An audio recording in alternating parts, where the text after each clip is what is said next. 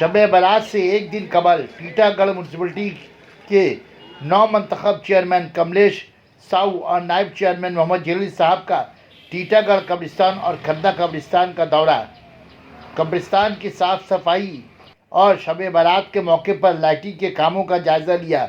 नुमाइंदा इकरा उर्दू न्यूज़ से गुफ्तगू के दौरान चेयरमैन कमलेश साहू ने टीटागढ़ कब्रिस्तान की सजरकारी और तरक्याती कामों को बेहतर बनाने के लिए तबादला ख्याल किया। कहा कि मैं अभी चेयरमैन मुंतखब हुआ हूँ। आने वाले दिनों में कब्रिस्तान के तरक्याती कामों के लिए जो भी हमसे बन पड़ेगा मैं करूँगा। पहले तो आपको इकरा उर्दू न्यूज़ की तरफ से चेयरमैन बनने के लिए मुबारकबाद पेश करता हूँ। कल जो है मुसलमान भाइयों का शब बारात है। रात भर जग के मुसलमान भाई इबादत करते हैं, कब्रिस्तान जाते हैं। तो इसके मतलब टीटागढ़ कब्रिस्तान में क्या क्या डेवलपमेंट का काम हुआ आपका? साफ़ सफाई है, जैसा गाछ वाछ काटना है, बत्ती लगाना है, क्या क्या काम हुआ है? अभी हम लोग दौरा करके आए। हम थे, हमारे भाई चेयरमैन मोहम्मद जलील साहब थे।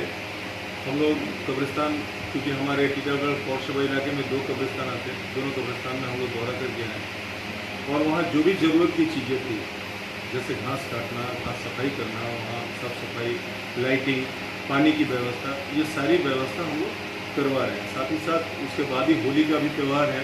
होली के लिए भी अभी हम लोग इंस्ट्रक्शन दिए हैं अपने सैनिटरी इंस्पेक्टर को कि होली भी है सामने।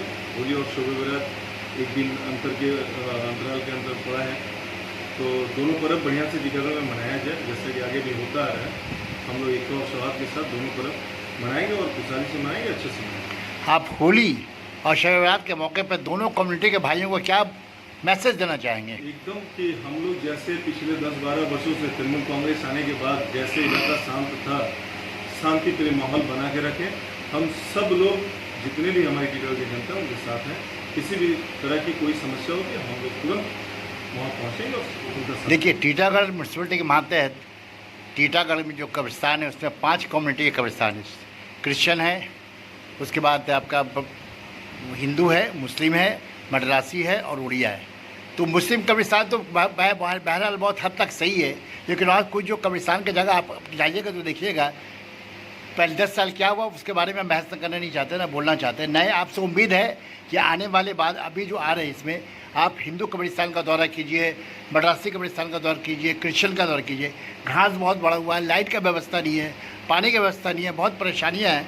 तो उनको किससे हद तक आप लोग बना पाएंगे? एक्चुअली में अभी हम लोग दौरा करके आ रहे हैं, शायद आप नहीं गए हैं। अभी हम लोग दौरा करके आ रहे हैं, जितनी भी घासें थी सभी को काट दिया गया। नहीं, वो मुस्लिम कब्रिस्तान में जितने भी है, अब हो सकता है कि आगे नहीं गए हो आप।